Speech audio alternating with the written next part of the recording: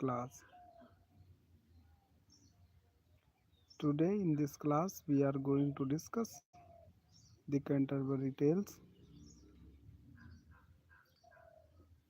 and description of all the 29th pilgrims as Chaucer described in his prologue to the Canterbury Tales. We are discussing one by one. So I have discussed four pilgrims and now I am going to discuss the later pilgrims which are very important for the detailed explanation for exam point of view and for other competition. So we have completed just before this class about the prioress. What was her character? What was her activity during the pilgrimage? But now the next character comes as the monk. So what is the characteristics of this monk? Let's discuss. Among there was a fair for the mastery, an outrider that loved venery, a manly man to be an abbot able, he was an abbot. Full many a dainty a horse had he in his stable, he had many horse in his stable, and when he rode, men night his bridle here, jingling in a whistling wind, else cheer, and eke as loud as doth the chapel belly. There as this lord was keeper of the celly, the rule of Saint Mere or of Saint Bennet, by cause that it was old and some dull street. This like monk let old things pace, and healed after the new word the space. So this was the better description of the monk. How was his habit? How was his uh, posture, gesture, and characteristics? So now let's. He half not of the text pulled we that said that hunters be both not holy men, ni that a monk when he is cloisterless is likened till a fish that is waterless. This is to say, a monk out of his cloister, but think text held he not worth an oyster. And I said this his opinion was good. What sold he studied and make himself should upon a book in cloister always to pour or sinking with his hands and labor, as Austin bid, how shall the word be served? Let Austin have this sink to him as reserved. Therefore he was a prick sore right. Greyhounds he had as swift as falls in flight, of pricking and of hunting for the hare was all his lust, for no cost told he spare. I say his slaves purified at the hound with grace, and that the finest of a land.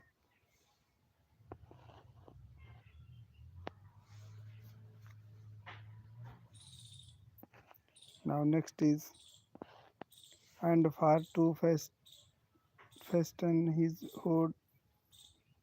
hood under his chin.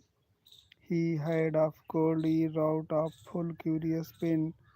I love not in the greater end there was. He his heel head was bald and soon as any glass, and eke his face as he had been anointed. He was a lord full fat and in good point, his eyes step and rolling in his head, that stamped as a furnace of a lead. His boots supple, his horse is great state, Now, certainly he was a fair prelate. He was not pale as a four-pinned ghost. A fat swan loved he best of any roast. His palfrey was as brown as his berry. It is the description of the monk. Now next is the friar. What is the characteristics of friar? A friar there was wanton and a merry, a limitor, a full solemn man in all the orders, for is known that can so much of the diligence and fair language. He had made full many a marriage of young women at his own cost.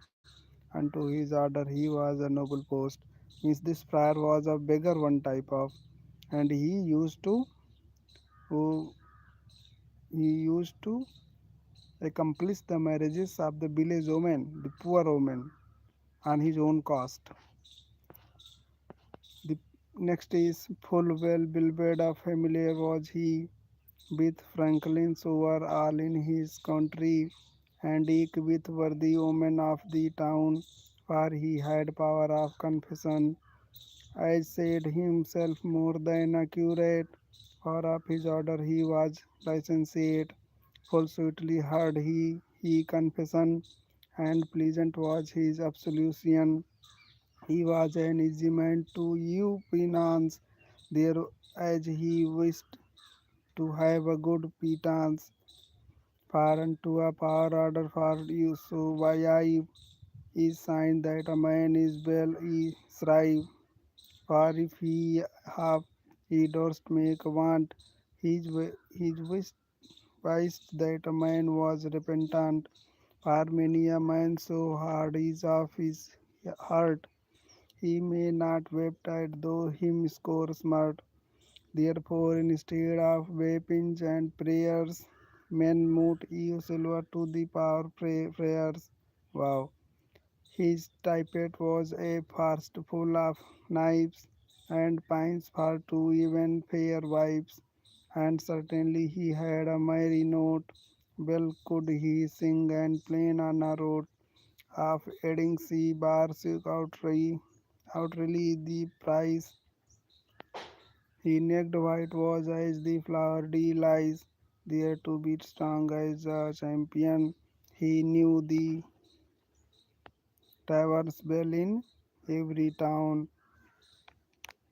And next description is and average hosteler and tapestry better than a leisure or a bagastery. Far unto such a worthy man as he accorded night as by his faculty to have with cyclizers acquaintance. It is not honest, it may not advance, for to deal with no such poorel, but all with rich and sellers of retail, and over all the rise profit sold rise, courtels he was and lovely of survive. There has no man now where so virtuous, he was the best beggars in his house, for though a wide had not so so pleasant was his in principio, yet would he have for thing ere he went. His purchase was well better than his rent, and raise he could as it were right a whelp. In love days that could he much help.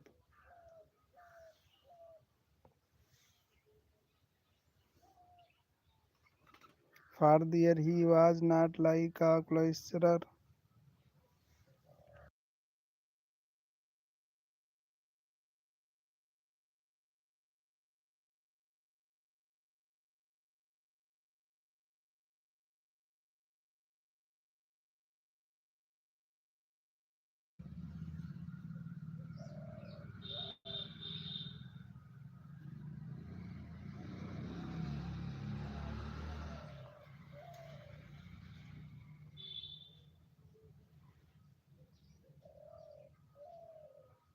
and rage he could as it were right of help. In love days that there could be much help, for there he was not like a cloisterer with the threadbare cope as is a poor scholar, poor scholar, but he was like a master or a pope of double worsted was his semi-cope that rounded as a belly out of the press. Somewhat he lisped for his wantonness to make his English sweet upon his tongue, and in his harping then when that he had sung, his eye twinkled in his head right as tuned the stress in the frosty night. This worthy lamented was clapped high bird. So this was the description of the friar, the friar. Yes. Now next character is the merchant. Let's study how this merchant was, what was his behavior, and what are his activity. So now I read and you must listen and see the text. How it is written. It is something difficult to read because this is written in old dialect, older dialect English language. This is not uh, revised version. It is original version which Chaucer wrote in his time. So what Chaucer wrote about the merchant. Let's read and understand the meaning of this text. A merchant was there with a forked bird, and his beard was forked uh, like fork. Yes, forked. His beard was forked. There was a merchant in motley and and eye on horse and high on horse he sat. He sat on his horse. Upon his head a flounderous beware hat, his boots clasped fair and fitly his reasons.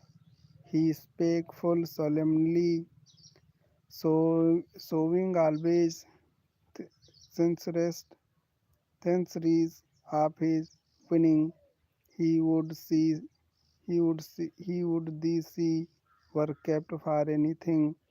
Betwixt Middleburg and Orwell, well could he in exchange shields sell. This worthy man full well his wilt beset. There wist no wight that he was in debt so stately.